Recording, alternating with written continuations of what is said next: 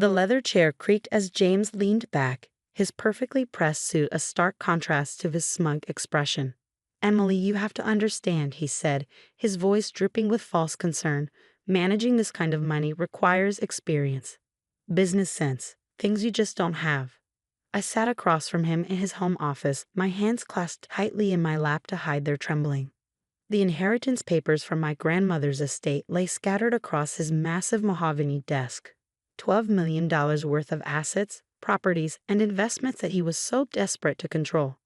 My name is Emily Chen, and at 42, I was watching my husband of 15 years try to manipulate his way into controlling my inheritance.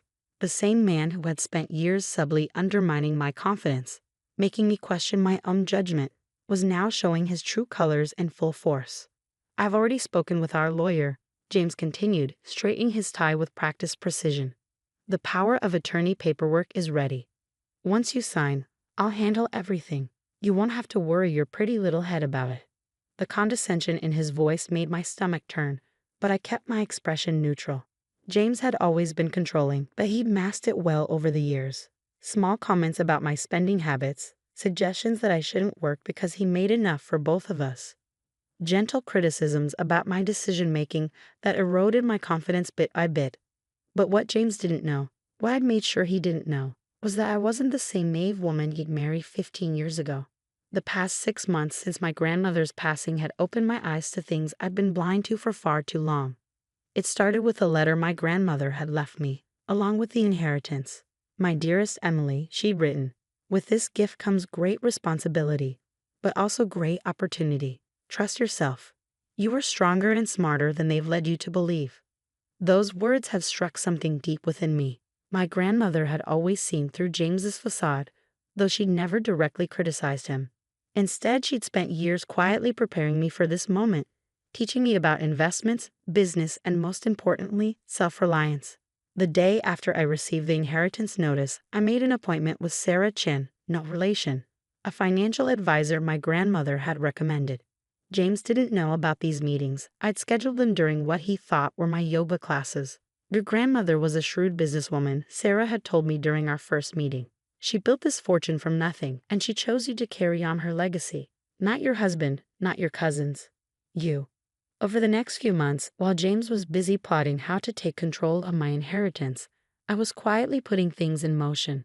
Weekly meetings with Sarah, consultations with my own lawyer, not the family lawyer James had chosen, and careful documentation of every manipulative comment and action from my husband.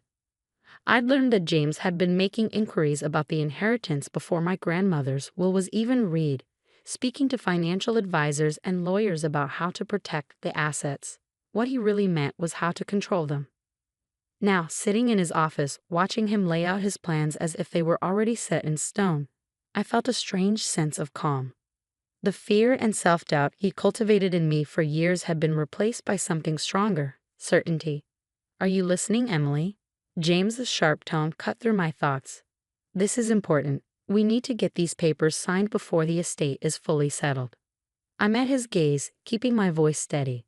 "I hear you, James. You want power of attorney over my inheritance." He smiled, that practiced, patronizing smile I'd seen countless times before. "Exactly. You know, I only want what's best for us, for our future." What James didn't know was that I'd already secured my future without him. The meetings with Sarah hadn't just been about financial planning. We created a comprehensive strategy to protect my inheritance and my independence. 2 weeks ago, I quietly moved most of my personal savings to a new account at a different bank. The inheritance itself was already protected by an ironclad trust my grandmother had set up, one that explicitly prevented anyone else from gaining control without my consent. But the real surprise was something else entirely, something that would wipe that smug smile off James's face when he finally discovered it. "You seem distracted," James said, frowning slightly. "Is everything okay?" I nodded, standing up from my chair. "Everything's fine. I just need some time to think about all this. It's a big decision." He stood as well, coming around the desk to place his hands on my shoulders. His touch, once comforting, now made my skin crawl. "Don't overthink it, honey. You know I'll take care of everything." That night, As James slept soundly beside me, convinced his plan was working perfectly, I lay awake thinking about how different things would look in just a few days. The pieces were already in motion, set up carefully over months of quiet preparation. I thought about the moment James would realize what I'd done, how his carefully constructed facade would crumble. The thought both terrified and exhilarated me. The next morning, James was already in his office when I came downstairs. I could hear him on the phone, his voice carrying through the closed door. "Yes, everything's proceeding as planned," he was saying.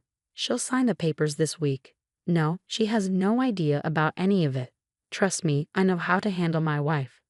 I felt a familiar twist in my stomach at his words, but this time it was accompanied by something else. Determination.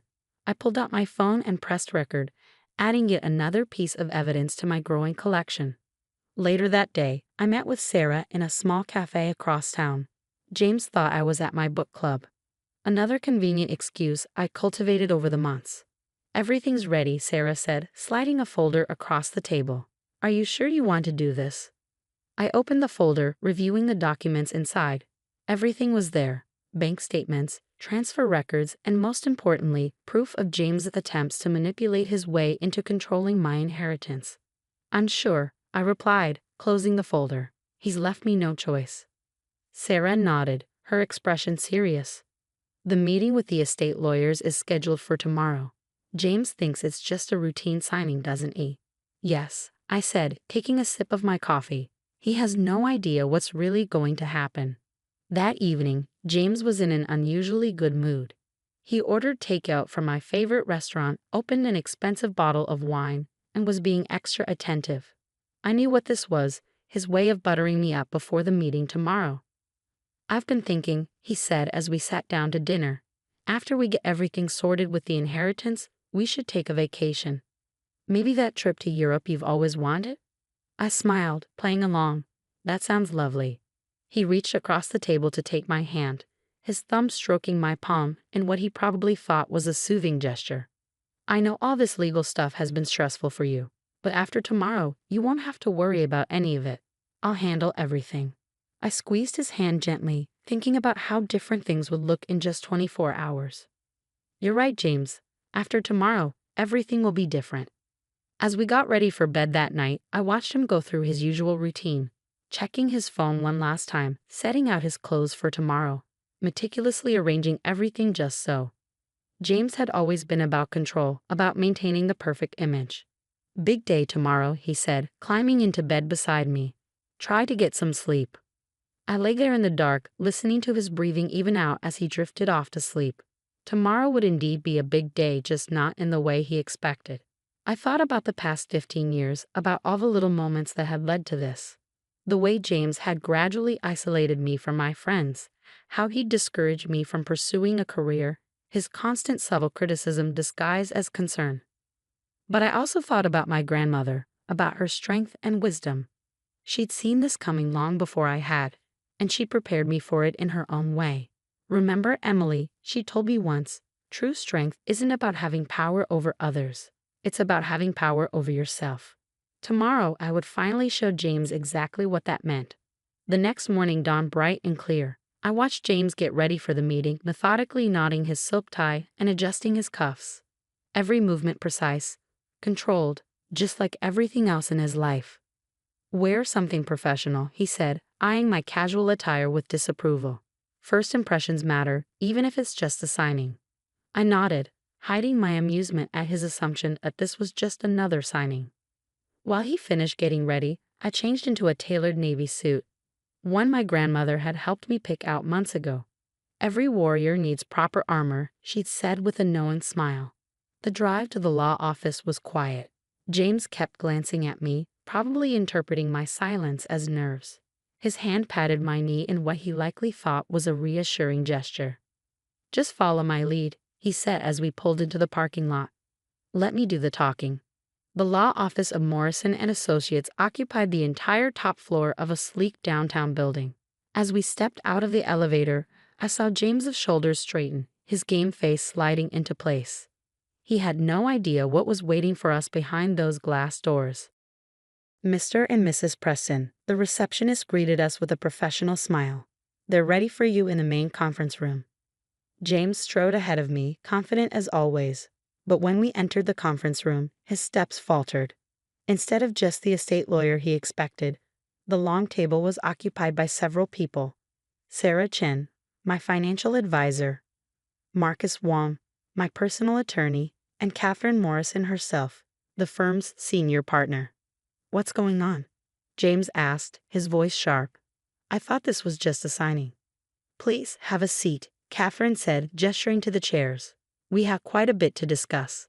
I took my seat at the head of the table, not beside James where he clearly expected me to be. His face tightened as he lowered himself into a chair, his knuckles white where they gripped the armrests.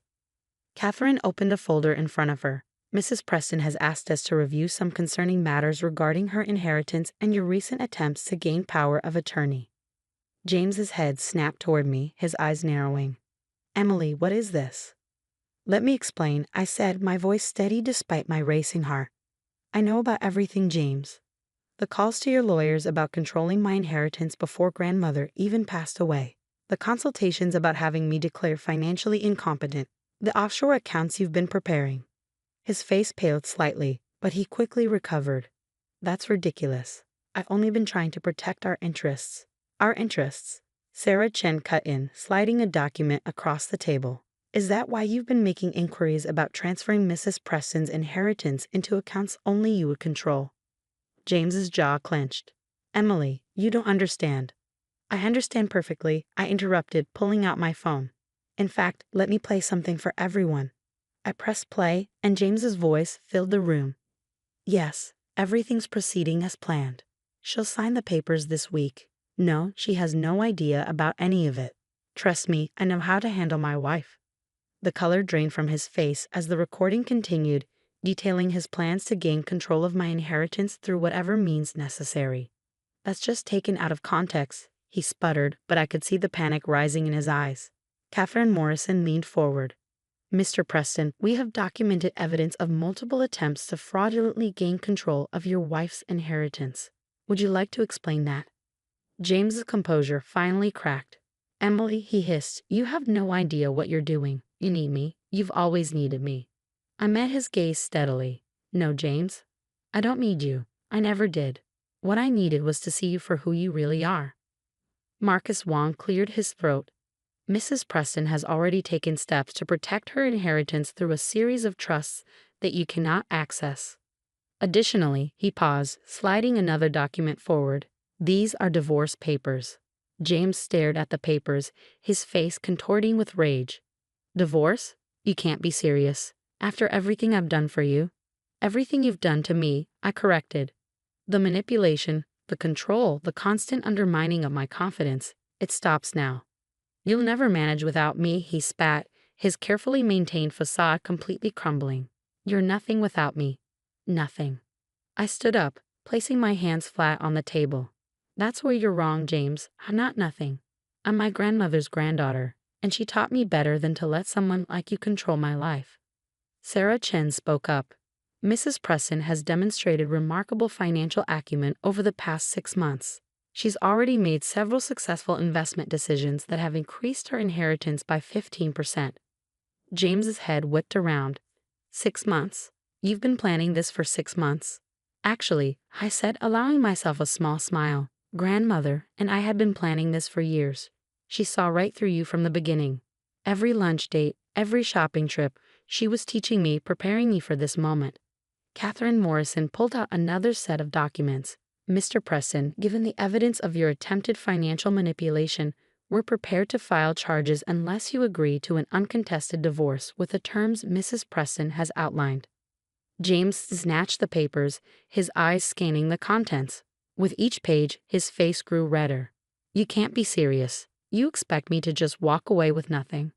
"Not nothing," I corrected. "You can keep your own assets, but my inheritance, my grandmother's legacy, that stays with me, where it belongs." "This is insane," he muttered, running a hand through his perfectly styled hair. "You've all lost your minds." "No, James," I said quietly. "For the first time in 15 years, I'm thinking clearly. You have until the end of the week to decide. Sign the papers and walk away or face fraud charges. Your choice." He stood up abruptly, his chair scraping against the floor. "You'll regret this," he snarled. "You have no idea what you're doing." As he stormed out of the conference room, I felt a weight lift from my shoulders. Years of subtle manipulation, of doubting myself, of trying to be what he wanted. All of it falling away with each step he took. Catherine waited until the door closed behind him before speaking. "Are you all right, Mrs. Preston?" I nodded, surprised to find that I truly was. "Yes, I am. For the first time in a very long time, I really am." The next few weeks were a whirlwind. James, faced with overwhelming evidence of his attempted manipulation, finally signed the divorce papers. He moved out of our house, my house now, taking only his personal belongings. I heard through mutual friends that he was telling everyone I'd had some kind of breakdown, that I was making a huge mistake. But his words didn't have the same power over me anymore. Sarah helped me take full control of my investments, and true to my grandmother's teachings, I proved to be quite adept at managing my own finances. The inheritance wasn't just money, it was freedom, independence, and a chance to finally be myself. One evening, about a month after the confrontation, I was sorting through some old boxes when I found a photo album. Inside was a picture of my wedding day, James and me smiling at the camera, looking perfect and polished. But what caught my eye was my grandmother in the background, watching us with a knowing look. She'd seen it all coming, had prepared me for this moment long before I even realized I needed preparing. Her inheritance wasn't just about the money, it was about giving me the strength to stand on my own. I closed the album and walked to my home office, once James's domain, now my space. On the wall hung a photo of my grandmother and me, taken just months before she passed away. Her eyes sparkled with the same determination I now felt every day. "Thank you," I whispered to her image. "For everything." My phone buzzed with a text from Sarah, another investment opportunity she wanted to discuss. As I read through the details, I couldn't help but smile. James had been so convinced I couldn't handle money, couldn't make decisions, couldn't survive without him. But here I was, not just surviving but thriving, managing my inheritance, making my own choices, and finally living life on my own terms. The future stretched out before me, full of possibilities I never would have imagined when I was caught in James's web of control. It wasn't always easy. Independence never is, but it was mine, and that made all the difference.